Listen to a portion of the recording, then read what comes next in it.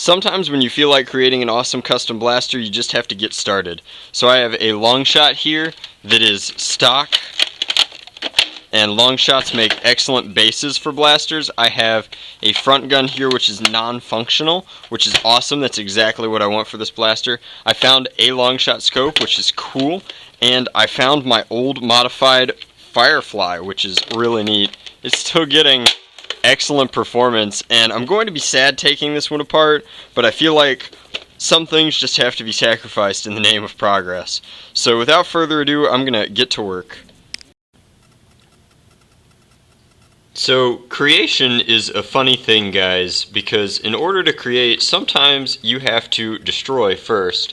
So this is the remnants of the Firefly that I've carved off, and then I shaved off a large portion of the long shot's back shell. I cut all of this, so I made a cut here, and then a cut here. You don't want to impact your trigger sled, but you needed to get rid of this because we're completely scrapping the stock. Then I came in and I meticulously shaved off all of these completely unnecessary ridges in the shell so that I had a little bit more room for my Firefly shell. And what I've got right now is currently, and I have a hand on it because I'm trying to keep the hot glue where it is so that it sets, but I have this really interesting futuristic looking shell, and I've managed to preserve two things, both of which that are very important to me. One, I've managed to preserve this battery compartment, and then two, this is the area where on the main Firefly shell it switches for that battery compartment, and I've managed to preserve that as well. So if this mod ends up needing any electronic components at any point, as I'm kind of winging it, then I have those already built in and they look super professional and they're really nice. So that's a major upside. But I really like the way that the shell is shaping up, and I'll just show you the next segment as I see fit. So now is as good a time as any to mention that I have added a Magnus to the front gun integration for this mod, and that the chalky finish on the long shot itself is due to the sanding that I've done. I've sanded it down from 120 grit to 180 grit, and now I'm going to give it a cold rinse in water because that is the most integral part to a solid paint job. Alright guys, so while this epoxy putty is setting and the other half of the blaster is drying, I'm going to come in and knock out the air restrictor. Now, I got really lucky on this plunger too because I took my drill bit, came in like this from the back, drilled it out. Then once this drilled out, I took a hammer and a large flathead screwdriver, and it's as simple as coming in and tapping through each one of these tri-posts. Then once this came out, this just falls out. And with no air restrictor, all that's left is this dart peg down in there, and you could try to twist it out with needle nose pliers, but you'll leave the base. So the easiest thing that I've found to do is come in with, and this is just an ultra long Dremel bit. You can find these at Lowe's. They're pretty expensive, but once you've bought one, you can use it for every air restrictor and every dart tooth and every like post that you mod. So I just kind of line it up, keep my hands clear,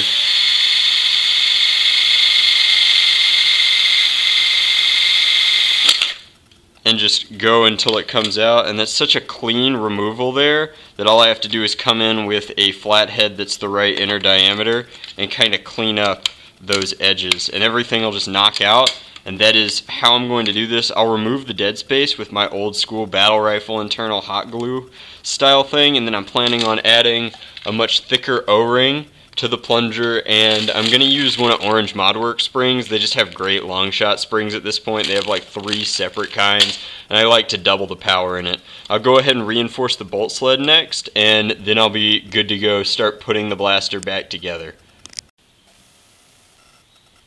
So this is just a quick segment showing that these pieces have been sanded, primed, and are drying right now. I'm trying to get all the water off from their wash, while this main body piece is also drying after its third coat of Krylon Matte Black Fusion for plastics. I'm going to do the same paint job on this, and then I'll start working on all of the additional pieces that need to be fitted on. So this blaster is just ridiculous. The sheer scope of it and size of it and number of different pieces is insane. But I wanted to show that these pieces are being worked on right now. There's probably a much better way to paint a Magnus trigger than this, but I didn't care because it's taking so long already and I just wanted to paint everything at the same time, including my hands, apparently. But I want to let you guys know that I'm using Krylon Fusion for Plastic Satin Black, and I'm using Krylon Fusion for Plastic Gloss Blue, I guess. I think this is True Blue. Colors are pretty tricky for me, but I've used both of these paints before and they have worked out well. They are good, solid colors. And then over here I'm painting a Nerfomania style foregrip piece so that I can put that back together, because a long shot that's going to be this impressive and this nice needs to prime in a way that isn't ridiculous. So I'm making a shotgun foregrip for it. Alright. When doing a mod this unique and this special, it is important to realize that anything worth painting and spending this much time on is worth clear coating at least once, but I'm clear coating mine twice. I'm using Krylon's Color Master Acrylic Clear Cover Max blah blah blah blah blah. It's this can. It doesn't impact the color of your paint job, and if you start matte and then do this, you end up with something between matte and gloss. It's going to be shiny, but it's not going to be like vibrant. And I think that it looks really good. Unfortunately, you can see mostly how the finished blaster is going to come together, but I hope that I'll have a few tricks for you by the time it's modded and complete and put together. I'm going to work on the internals now. I might make a clip if I do anything special. So I wanted to make a segment showing that the long shot internals are finished. I have a felt pad here, and then this is the 2x orange Modwork spring. In addition, the bolt sled has been reinforced, and I've removed all the dead space. You can see I did that with hot glue down in there, and then I came up and put 2-part epoxy on this last night so that it's a sealed air release hole. This is a perfect airtight breach insofar as the stock internals can go.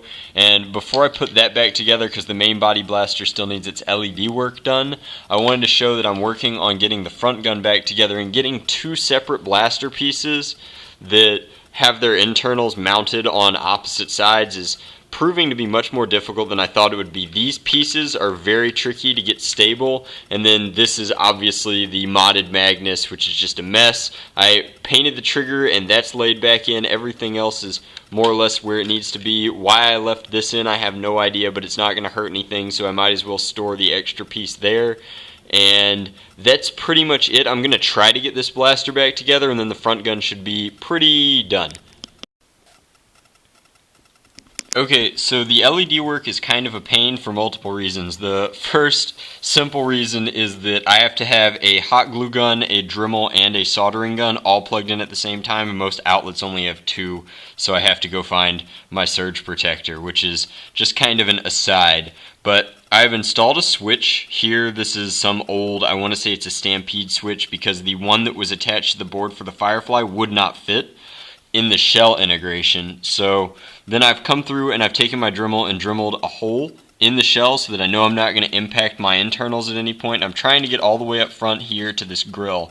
Now I made frosted acrylic plates by taking these, they're like trading card game top loaders, and I just cut them in half and sand both sides with a light sandpaper. So now I've got frosted vents here that I've got epoxied into place, and I'm going to take these leads and get them up here. The most important thing while you're working on a circuit like this constantly is to leave your switch in the on position, leave your batteries in, and constantly be testing at every point in your LED work, so that you know that when it finally goes together that everything's going to be good and functional. So these are ultra bright blue LEDs. I got these at Fry's. You could buy them online. They're not too terribly expensive. I think they're about $2 each, but they should be totally worth it to light up this vent. And with that said, I'm going to put the blaster back together. I've done the internals. Most pieces are finished at the time that I'm making this video, and I'm really, really excited to see it come together. Hey guys, sorry the bugs are really loud tonight, but the blaster is finished. It is the NightFury CS Infinity, and after all the work that I put into it, I really wanted to show it off as soon as possible. So you can see here that the blaster, maybe if I pull it out into the light, there we go, that's a little bit better. So the blaster has a 25 dart drum with toothless mounted inside for giggles. The switch that controls the LEDs is back here. You can only sort of reach it with my little finger. The ultra bright blue LEDs turned out really nice. They're brighter in some places than others, but that's kind of the nature of the game. I like the way that they look through the vents. Up here we have lightning and death written in kind of runic, and I've also signed the blaster on both sides. Drac. There's a fang signature down here on the shotgun foregrip. There aren't a ton of darts right now in the drum, but I'm really pleased with the blaster. When it's fully primed, you can come up here, operate the slide, push that forward. The blaster is 46 inches long, which by my calculation makes it the largest usable mod out there. When fully shouldered, I'm well over 6 feet tall, but I feel like you have to be about as tall as me to use it because I can barely reach this trigger mechanism up front to operate the Magnus portion of the blaster. But there's only one mega dart in there. I'm really happy with the blaster.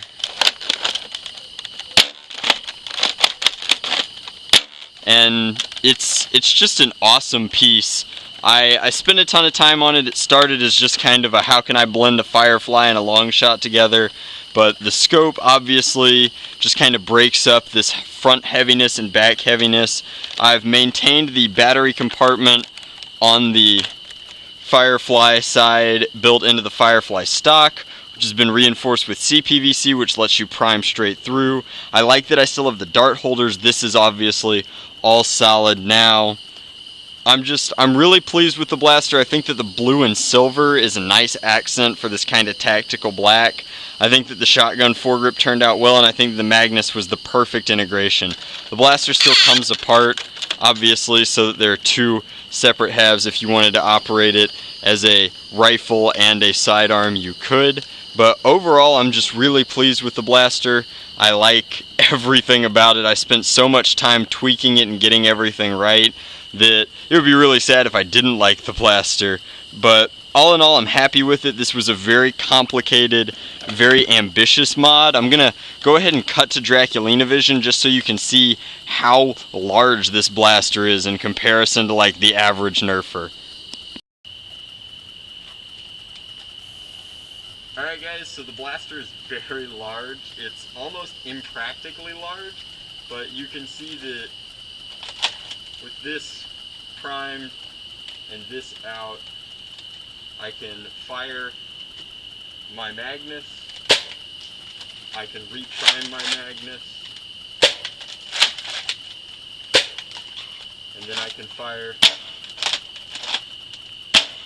But the blaster is almost comically large, but I think that it was still quite a success. I am just so happy with it. I think it turned out nice cosmetically and functionally, and I think that it's got a lot of things left to kind of show me as I use it for humans versus zombies and continue tinkering with it. But as always, thanks for watching.